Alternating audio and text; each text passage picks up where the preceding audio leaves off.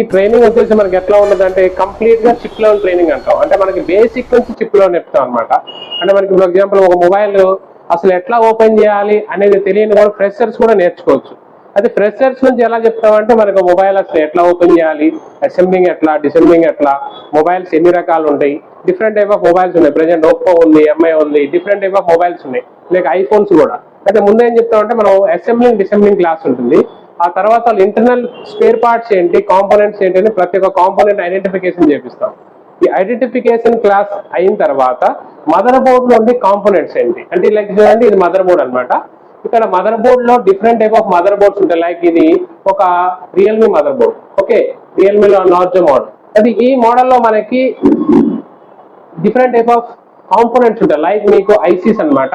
Main గా ఈ chip sets అంటే ఏంటి అనేది ఇక్కడ క్లాస్ జరుగుతుంది అనమాట.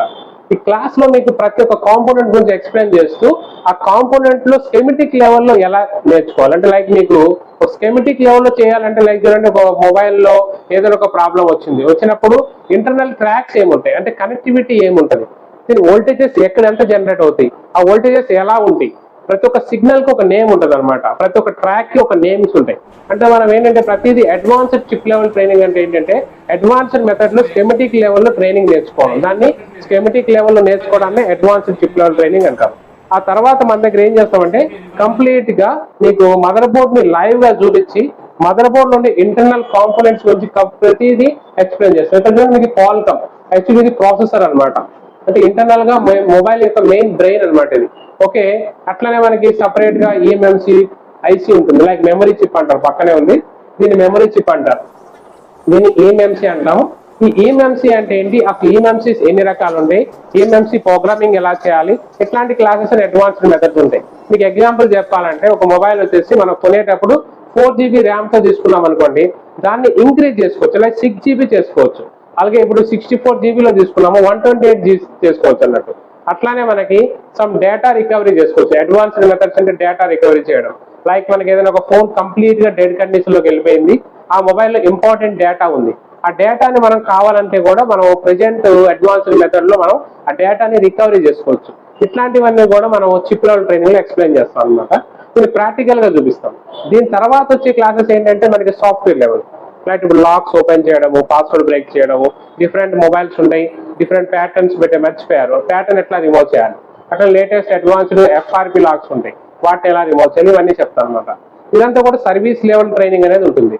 దీని తర్వాత మీకు మార్కెటింగ్ స్పేర్ పార్ట్స్ ఎలా దొరుకుతాయి, స్పేర్ పార్ట్స్ ఎక్కడ తీసుకోవాలి, ఫ్యూచర్ లో ఇప్పుడు ఫ్రెషర్ వచ్చేసి బిజినెస్ లోకి ఎంటర్ అవుతున్నారు, వాళ్ళకి స్పేర్ పార్ట్స్ ఎలా ఉంటాయి, ఎక్కడ తీసుకోవాలి, హోల్సేల్ మార్కెట్ ఎలా ఉంటుంది, ఏం ప్రైజెస్ ఎంత పడుతుంది, ఒక కాంపోనెంట్ ని ఎంత ప్రైజ్ లో మనం తీసుకోవాలి, మార్కెట్ ప్రైజ్ ఏంటి, మనం ఎలా కస్టమర్ తో డీల్ చేయాలి, ఇవన్నీ కూడా మనకి ఇక్కడ ఎక్స్ప్లెయిన్ చేయడం జరుగుతుంది అనమాట.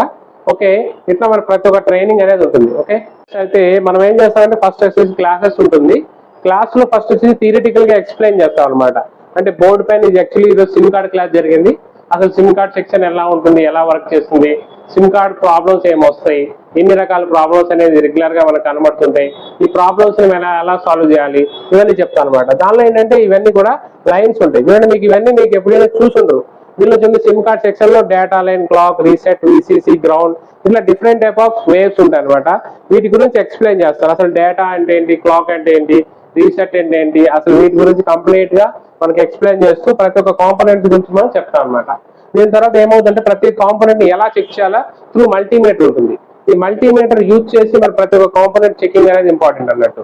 ఇప్పుడు ఈ మల్టీమీటర్ లో ఏ మోడ్ పెట్టాలి, ఏ మోడ్ లో మనం కనెక్ట్ సెట్ చేసిన తర్వాత మనకి కాంపోనెంట్ ఎలా చెక్ చేయాలనేది మనకి క్లాస్ ఉంటుంది అనమాట.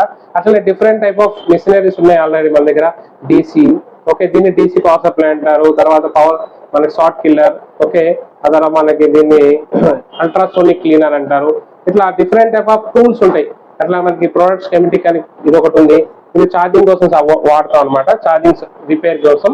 ఇట్లా డిఫరెంట్ టైప్ ఆఫ్ టూల్స్ ఉన్నాయి. ఈ టూల్స్ అన్నిటి ఎలా యూజ్ చేస్తారు ఏంటనేది మీకు చాలా టూల్స్ ఉంటాయి. అట్లా మనకి మొబైల్స్ కూడా మనకి కస్టమర్ మొబైల్స్ వస్తూ ఉంటాయి అనమాట. ఇట్లా మొబైల్స్ ఉంటాయి. ఈ మొబైల్స్ లో నేను చూపిస్తాను అనమాట, ఏ మొబైల్ ఎలా రిపేర్ చేయాలి, మొబైల్స్ రిపేర్ కోసం అందరికి వస్తూ ఉంటాయి. ఆ కస్టమర్ మొబైల్స్ ని నేను ఎక్స్ప్లెయిన్ చేస్తూ ఉంటాను రెగ్యులర్ గా. అయితే అట్ ద సేమ్ టైం మీరు ఒక 10-15 days తర్వాత మొబైల్స్ మీ చేతి కూడా ఇవ్వడం జరుగుతుంది. ఏదైనా ఇష్యూస్ ఉంటే దాన్ని రిపేర్ చేయడం, బేసిక్ నుంచి ఎక్స్ప్లెయిన్ చేస్తూ ఉంటాను కాబట్టి ఏ మొబైల్ అయినా మీరు హ్యాండిల్ చేయొచ్చు ఈజీగా. ఓకే, కోర్స్ ఇది 30 days ఉంటుందండి. ట్రైనింగ్ మీకు 30 days ఉంటుంది రెగ్యులర్ గా అయితే. మార్నింగ్ 9:30 to ఈవినింగ్ 7 వరకు కాదు. మార్నింగ్ స్టార్ట్ అవుతుంది క్లాసు. ముందు మార్నింగ్ అయితే ఏం చేస్తామంటే క్లాసెస్ ఇలా మొత్తం కంప్లీట్ గా థియరిటికల్ గా ఎక్స్ప్లెయిన్ చేస్తాము. 1 o'clock తర్వాత లంచ్కి వెళ్ళిపోతారు. 2 నుంచి మొత్తం కంప్లీట్ గా ప్రాక్టికల్ ఉంటుంది. ఓకే, ప్రాక్టికల్స్ ఏం చేస్తానంటే ఫస్ట్ నేను చేసి చూపిస్తాను. ఒక 1 hour నేను ఎట్లా చేయాలి, మొబైల్ ఎట్లా డిఫరెంట్ ప్రాబ్లమ్స్ వస్తాయి, ఆ ప్రాబ్లం ఎలా రిపేర్ చేయాలని చెప్పి ఆ తర్వాత మీకు పంపిస్తాను అనమాట. ఆ తర్వాత అవతల మన ప్రాక్టికల్ రూమ్ చూశారు కాబట్టి ప్రాక్టికల్ రూమ్ కి పంపిస్తాను. అక్కడ కూడా నేనే ఉంటాను పక్కన ఉండి నేను ప్రతి ఒక్క స్టూడెంట్ ని అబ్జర్వ్ చేస్తూ ఉంటాను. ఈ అబ్బాయి ఎలా చేస్తున్నాడు, అబ్బాయి ఎలా చేస్తున్నాడు. యాక్చువల్లీ మన ట్రైనింగ్ లో కూడా మనం ఎక్కువ పర్సన్స్ తీసుకోవట్లేదండి.